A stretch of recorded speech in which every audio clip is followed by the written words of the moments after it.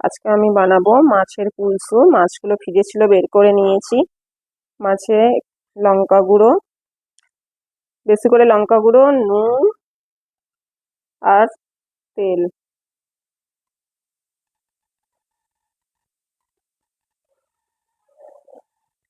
ভালো করে মাখিয়ে নেবো মাছটা।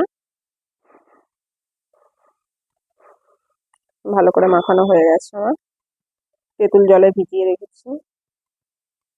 মশলা জিরে, সামান্য ধনে আর রসুন আর বেগুন পেঁয়াজ আরে কেটে নিয়েছি। ডেচকি গরম হয়ে গেছে,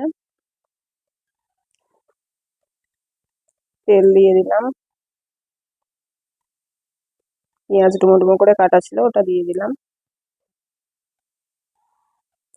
পেঁয়াজগুলোকে হালকা ভাজবো, পুরো লাল করবো না। কড়ি পাতা দিয়ে দিলাম।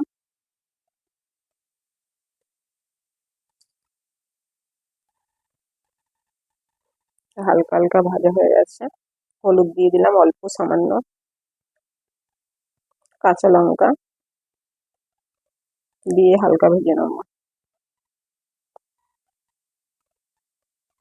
বেগুনগুলো দিয়ে দিলাম, কাটা ছিল।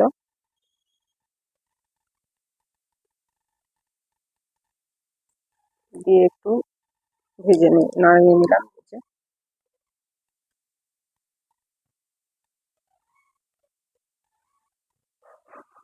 মাছগুলো মাখানো ছিল, দিয়ে দিচ্ছি।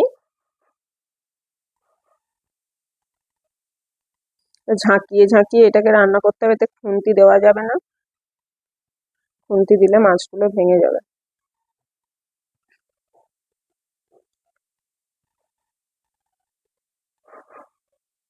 আবার একবার ঝাঁকিয়ে নেবো মাছটা। দুবার আমি এরকম করে ঝাঁকাবার পর হালকা ঝাঁকাবো।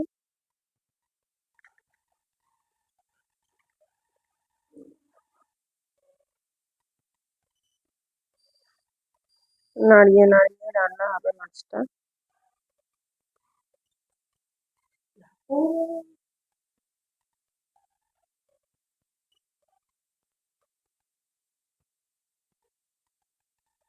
টমেটো পেস্ট করে রেখেছিলাম, টমেটো পেস্টটা দিয়ে দিলাম।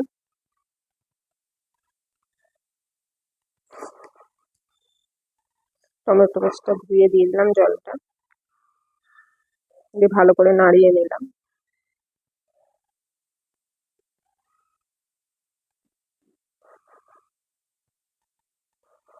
লঙ্কা গুঁড়ো আর একটু দিয়ে দেবো, কাশ্মীরি লঙ্কা কালারের জন্য দিয়ে দিলাম।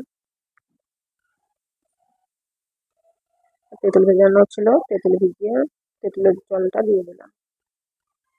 এই রান্নাটা একটু তেল বেশি লাগে, আর লঙ্কা গুঁড়োটা নুনটাও একটু বেশিই লাগে, যেহেতু টক দিয়ে রান্না।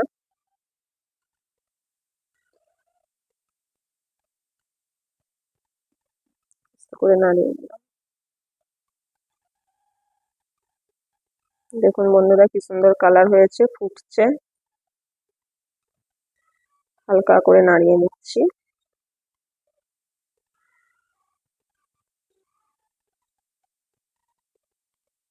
আবার চাপা দিয়ে দিলাম। এটা কাঁচা মাছ, তাই আর চাপা দিয়ে দিয়েই করতে হবে এটাকে। আর নুনটা আমি চেখে নিয়ে, একটু নুনটা কম ছিল, নুনটা দিয়ে দিলাম পরিমাণ মতো। দেখুন ধনে পাতাটা দিয়ে দিচ্ছি।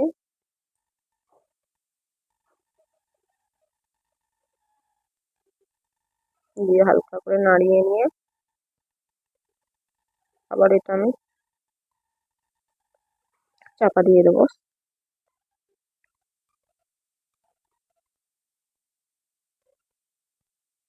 দেখুন মশলাটা করে রেখেছিলাম, শেষের কথা আমার মশলাটা আমি দিয়ে দিলাম।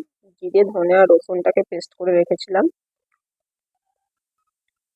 এই পেস্টটা দিয়ে আমি বেশিক্ষণ ফোটাবো না, 1 মিনিট ফোটাবো।